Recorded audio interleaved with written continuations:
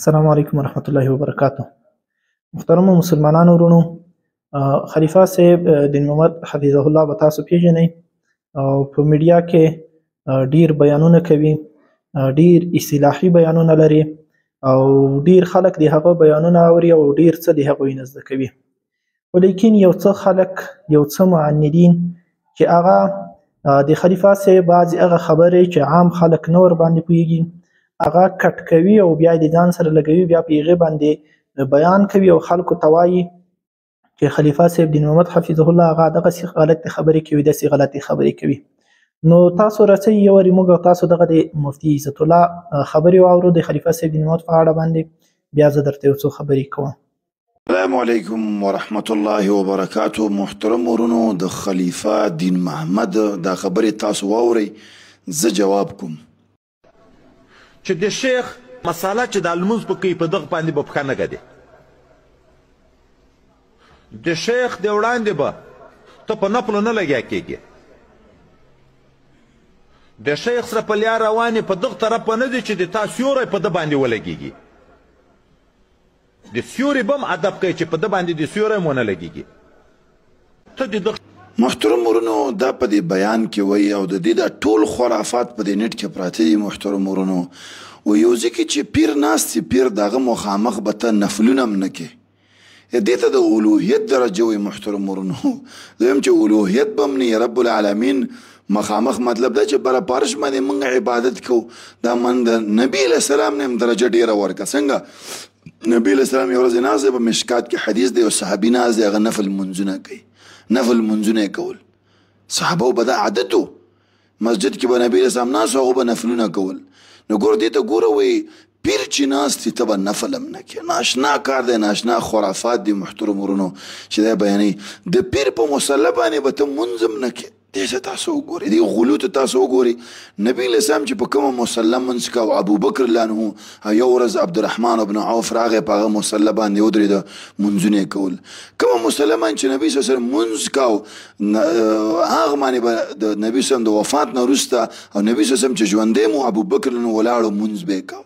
په ژوند کې هم پرې مونځونه کول. نبي صلی الله علیه وسلم یو ورځ عایشه رضی الله عنها ته ویل چې لاړ شئ تاسو ابوبکر ته امر وکړئ چې مونځو کې خلکو ته کوم ځای کې به نبي علیه السلام مونځ به یې کوه. دې خرافاتو ته تاسو ګورئ. محترم ورونو، وایي چې پیر روان یې، ته به داسې نه روانېږي چې ستا سوری په هغه باندې وغورځېږي. دې خرافاتو ته، دې ګندګۍ ته تاسو ګورئ. محترم ورونو، نبي صلی الله علیه وسلم یو ورځ روان، یو طرف ته یو صحابي دی، بل طرف ته بل. د احد غر داسې وخوځېد. نبي علیه السلام چې ای احده، سکوت اختیار کړه، ته باندې شهدا دي. نو ګوره نبي صلی الله علیه وسلم باندې سوری و. نبی صلی الله علیه وسلم یو ورځ ولاړو، صحابي پې سوری جوړ کړی و. دې خرافات ته تاسو وګورئ. محترم ورونو، د پیر د وجې نه چې ته یې عمل کې، ستا عمل به الله قبلوي. دا پیرتوب، دا مریدي، دا خو خرافات دی، دا خو شرکیات دي، دا خو د شرک درجې ته تا خلک رسولي دي.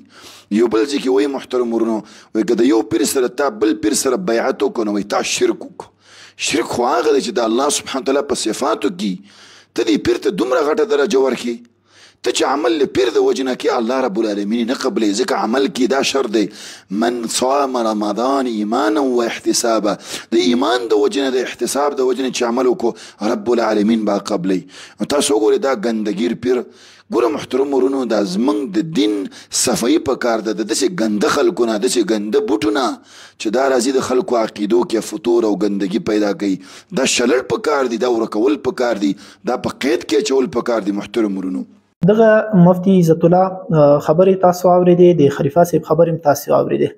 د خلیفه صاحب د خبرې چې زه تاسو ته تشریح وکړم، هغه تاسو ته وښیم چې آیا دا رښتیا ثبوت لري او که نه، او د کړي یا نه دي کړي. د هغې نه مخکې باید موږ او تاسو د مفتي عزت الله یو څو خبرې ته فکر وکړو.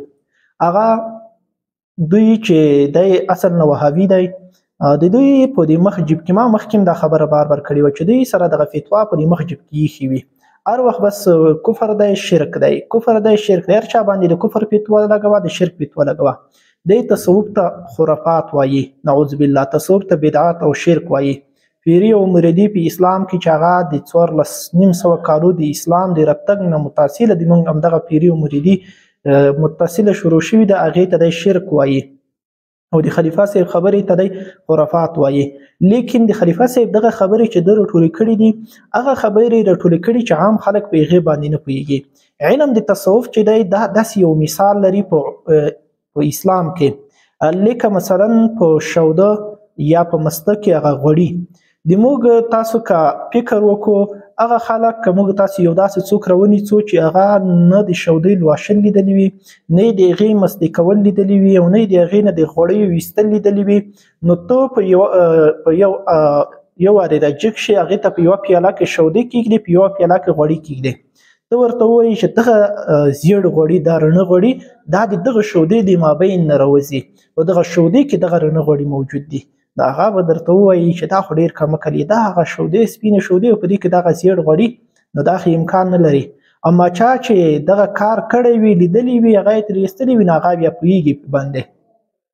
عام خلک د موږ چې هغه د علم تصوف سره ناشنا دي نه بلده دي، نو دغه معندین خلک هغه د تصوف هغه خبرې چې هغه عام خلکو د ذهن او د فکر نه لوړې وي هغه راجګېږي، هغه خلکو ته تشریح کوي، هغه خلکو ته داسې خبرې کوي چې هغه د اسلام سره په ټکر کې د رسول الله صلی الله علیه وسلم د اقوال او د افعال سره په ټکر کې بولي. دغلته د خلیفه صاحب حفظه الله څو خبرې ما د ځان سره نوټ کړي چې خلیفه صاحب کړي دي.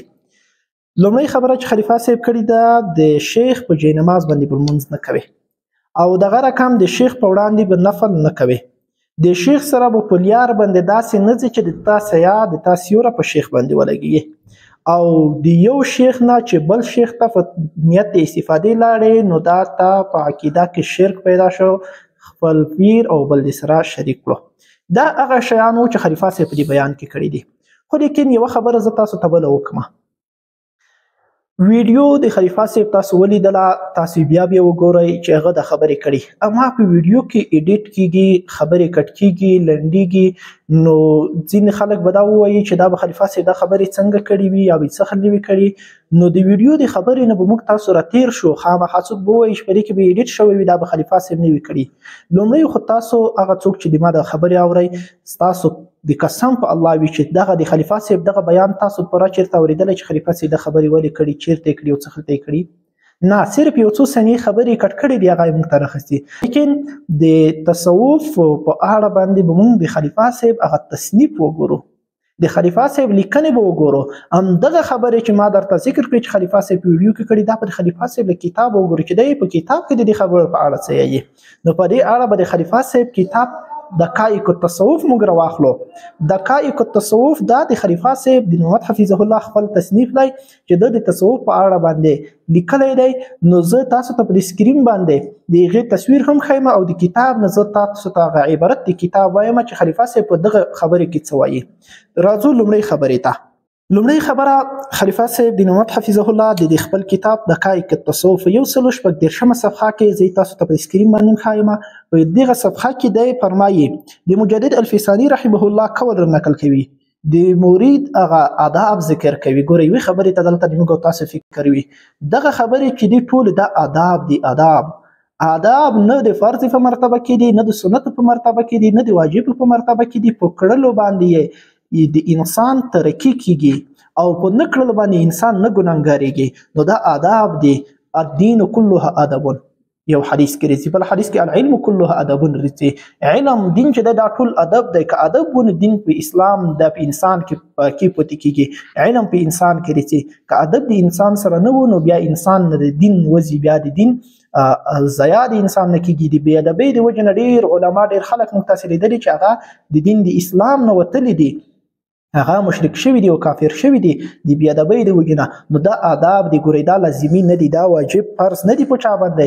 دا خلیفه صاحب صرف آداب ښیي چې دا آداب باید د مرید سره د ادب وي. نو دغه ادب چې در نقل کړي دي دغلته د عالم باید د خلیفه صاحب د خبرې سره نقل کړي وي چې د چا نه نقل کړي. نو دلته کتاب کې دی خپله فرمایي، مجدد الفسانی رحمه الله فرمایي طالب یا مرید ته پکار دی چې خپل زړه له هر لوري راټول کړي او یوازې د خپل شیخ طرف ته متوجه کړي.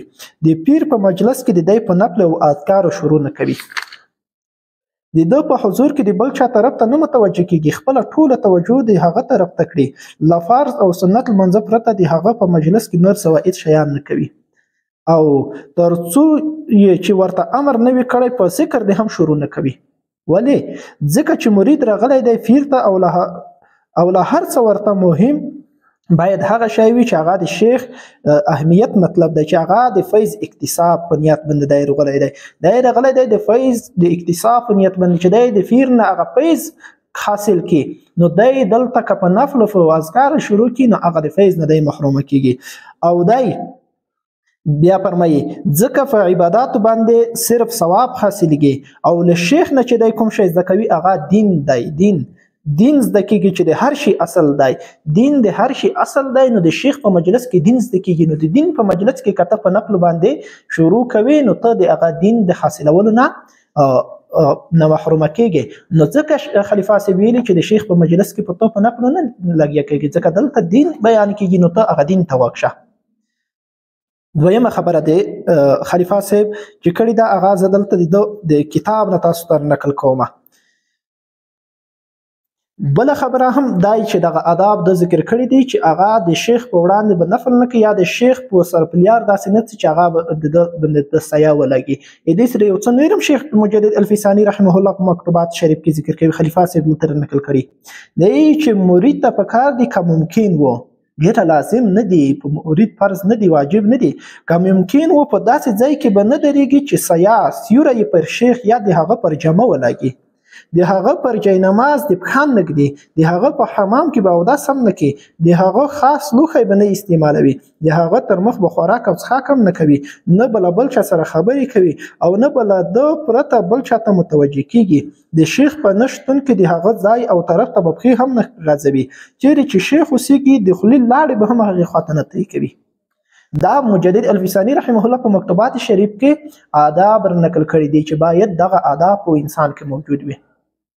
علامه حضرت شیخ صاحب د شانور شیخ کشمیری رحمه الله د زوی خبره نقل کوله، وایي د شانور شیخ کشمیری رحمه الله زوی فرمایي وایي یو ورځ زه د فلار کوټې ته ننوتم، هغه د ما د فلار کوم تخت چې و چې په کوم کټ باندې به دی ویده کېدو هغه وایي په قبله باندې پروت و، سر یې د قبلې خواته و، پښې د مشرق خواته وي. وایي ما مور ته وویل چې مورې دغه د ما پلار هغه خو ډېر لوی عالم دی، شیخ دی، هغه خو باید هر څه د سنت طریقې مطابق وي، نو د ده کټ خو باید د قبلې خواته نه وي پروت، د ده کټ خو باید دغسې وایي شمال او په جنوب په خواته چې هغه مخې قبلې ته وایي د سنت په طریقه باندې د ده خوب وایي، نو ولې د ده کټ دې خواته دی؟ وایي مور مې راته وایي چې بچي همدا پوښتنه ما هم د پلار نه وکړه، وایي پلار مې دې راته وایي چې د دې طرف ته چې د زه پښې وغځوم د ما خوب به د سنت په طریقه شي، خو لیکن دې طرف ته د ما د استاذ کور دی چې هغې طرف ته زه د پښې غځول هغه نه غواړم. نو دومره د هغه استاذ ادب د علم ادب ورسره موجود و. یو بل عالم لیکي وایي د ما استاذ د ما سره یو ورځ شپه په کور کې تېره کړه، وایي حجره کې هغه ویده کېدو، وایي سهار چې زه راغلم هغه استاذ مې یو طرف کې ناست دی، ویده شوی نه دی، تر سهار همداسې ناست دی. وایي ما پوښتنه وکړه استاذه ولې همداسې ناست یې؟ د شپې د خوب نه وکړو؟ دی وایي ټوله شپه زه څه نه لوستمه، ځکه په کومه کوټه کې چې تا ماته ځای برابر کړی و په دې کوټه په یو تخت باندې په یو چینی چې موږ تاسو چت ورته وایي په هغې کې وایي یو کاغذ و، په هغې د قرآن کریم یو آیات لیکل شوی و، وایي د آیات په مخ کې ما ته د پښې غځول ویده کېدل دا ما د ځان دپاره بېادبي وبلله، نو ځکه وایي زه دلته ویده نه شوم، همداسې تر سهاره کېنستم. نو دا د علماو ادب و، دا د علماو یو ادب و. دی دغه مفتی عزت الله وایي د رسول الله صلی الله علیه وسلم په مخ کې به صحابه او لمنځونه کول، بالکل لمنځونه یې کول، د لمنځونه منع نشته، اما ادب به یې کوو. ابوبکر صدیق رضی الله تعالی عنه خبره دی کوي، ته همدغه د ابوبکر صدیق خبره پوره را نقل کړه چې ته وایي چې ابوبکر صدیق د رسول الله صلی الله علیه وسلم په جاینماز باندې درېده. ابوبکر صدیق رضی الله تعالی عنه د رسول الله صلی الله علیه وسلم په جاینماز ودرېده، هغه وخت چې رسول الله صلی الله علیه وسلم سخت مریض و، د وفات د همدې مرض نه وفات هم راغی، هغه مرض کې دی و. ابوبکر صدیق رضی الله تعالی عنه لمانځه ته مخته شو، په دې حالت کې رسول الله صلی الله علیه وسلم د دوی صحابه په اوږو باندې لاس اړولی مسجد نبوي ته ردرومي چې ابوبکر صدیق رضی الله تعالی عنه سترګې په ولګېدې، په لمانځه کې راشاته کېږي، ګوره په لمانځه ولاړ دی، په لمانځه کې راشاته کېږي. رسول الله صلی الله علیه وسلم امر ورته وکړ ما راشاته کېږه. نو بیرته بیا په هماغه ځای باندې ابوبکر صدیق رضی الله تعالی عنه لمونځ وکړو. د رسول الله صلی الله علیه وسلم امر چې هغه په مرتبه د وجوب او د فرضیت کې و د ده دپاره، نو هغه عملي کړو، بیرته په هغه جاینماز باندې ودرېدو. اما اول یې ادب وکړو چې هغه راشاته شو. نو صحابه کرام به د رسول الله صلی الله علیه وسلم په مجلس کې څومره ادب کوو. یو صحابي فرمایي وایي موږ به دا خوښول چې کاش چې یو بنډچي سړی یو صحرایي سړی ورسره غلی وای د رسول الله صلی الله علیه وسلم مجلس ته تر څو د رسول الله صلی الله علیه وسلم نه د یو شي پوښتنه وکړي او هغه رسول الله صلی الله علیه وسلم جواب ورکړي موږ هغه مسأله زده کړو. دومره ادب په دې کې موجود و چې دوی به دا نشو کولی چې د رسول الله صلی الله علیه وسلم نه د یو دیني مسألې د یوې خبرې پوښتنه وکړي. موږ به غوښتل چې یو داسې څوک چې هغه بدینی سړی وي هغه راشي پوښتنه وکړي نو موږ به هغه پوښتنه د رسول الله صلی الله علیه وسلم جواب واورو نو دا به موږ زده کړو. نو د پوښتنې جرأت به نشو کولی. څومره احادیث چې نقل دي تقریبا د 10 نه تر 20 په مابین کې احادیث داسې دي چې صحابه پوښتنه کړي رسول الله صلی الله علیه وسلم جواب ورکړی. نو دا ادب وو. نو دغه شیان چې خلیفه صاحب نقل کړي نو دا هم ټول د ادب خبرې دي. او تر ټولو وروستۍ خبره ته راشو چې هغه د شرک په تور باندې کړي چې خلیفه صاحب د شرک خبرې کړي وایي د پیر په باره کې شرک کړی. نو دلته د خلیفه صاحب خبره یو واری بیا اورو. نه دا وشوه چې عقیده کې د شرک راغی پیرو بل د سره شریک کړه او اولیاء د خدای مظهر د صفاتو د خدای دي. موږ ته حکم د تخلق باخلاق الله دی الله په اخلاق ځان متخلق کوي. الله هر ګناه معاف کوي خو شرک معاف کوي. ان الله لا يغفر ان يشرك به ويغفر ما دون ذلك لمن يشاء.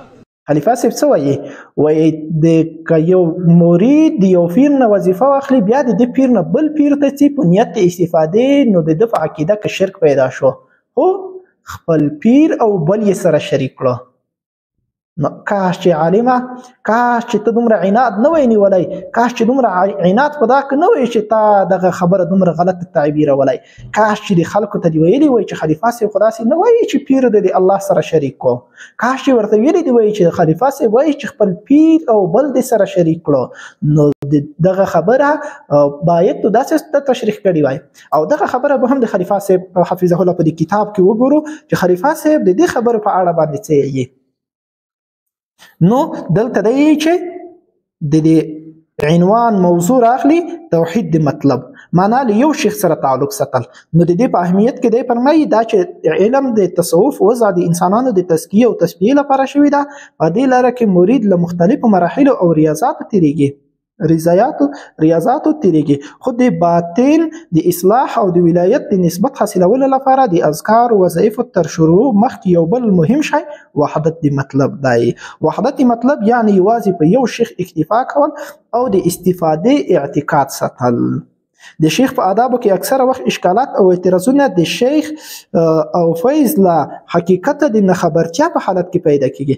اما د توحید مطلب یا په بل اصطلاح یوازې له یو شیخ سره تعلق ساتل اکثره د نیکنیتی او ترقی د خیر له امله پیدا کیږي.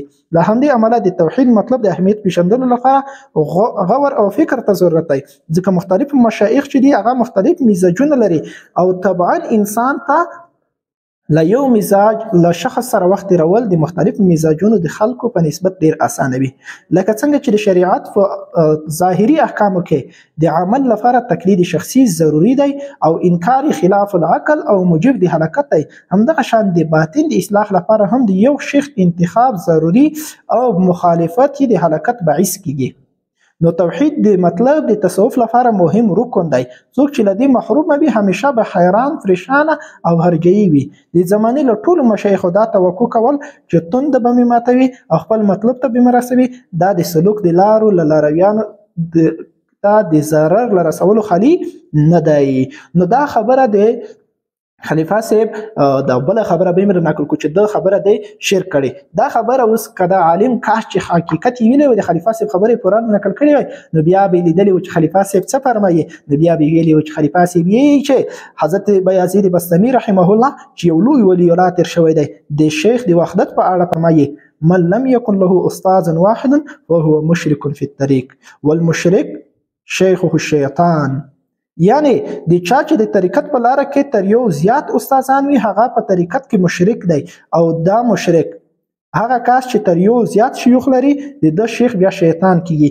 نو که یو څوک هر پیر پسې منډه وي چې چیرته پیر پیدا کوي بس بیعت کا نو بیا د انسان پیر بیا شیطان ګرځي نو بیا په ګډ وډ غلط لار باندې بیا یې لا شرک څخه دلته مراد د تصوف یو اصطلاح ده نه دا چې شرعي شرک انسان له ایمان خارجوي.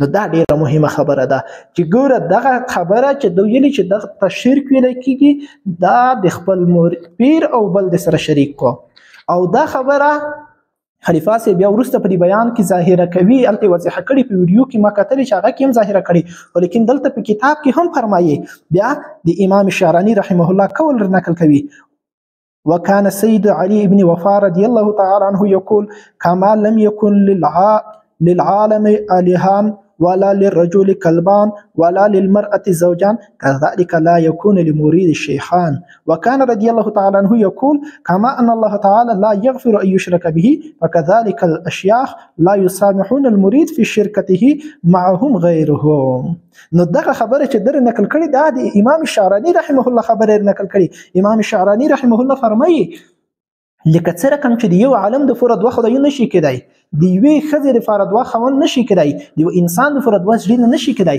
نو دغه رقم د یوه مرید دپاره دوه شیوخ دوه مرشدین هغه نشي کېدای باید یو مرشد ولري او خلیفه صاحب د خبره دلته وروسته کړي دو چې موږ ته الله امر کړی تخلقوا باخلاق الله دی الله په اخلاق ځان متخلق کوي نو دی الله د اخلاق نه یو دادو ان الله لا يغفر ان يشرك به الله شرک نه بخي نو دغه مرشد چې دی چې تا د دنه بیعت کړی او ته بیا ځې بل مرشد ته نو همدغه شیخ بیا تا په دې نه معاف کوي چې ته د دنه ځې او بل مرشد ته نو دا شرک په مرشد کې شو او دلته یو بل خبره هم نقل کو حدیث مویس ذهن ته راغی هغه د حدیث مرجع دقیقه مویس ذهن کې نشته رسول الله صلی الله علیه وسلم ته یو صحابي راغی یو کس راغی باندې چای د بدیان راغی هغه رسول الله صلی الله علیه وسلم ته چې زه ایمان وروړم رسول الله صلی الله علیه وسلم د سره بیعت وکړ هغه ایمان وروړ دا چې آب او هوا د مدینه منورې هغه یو څه خروب و اول کې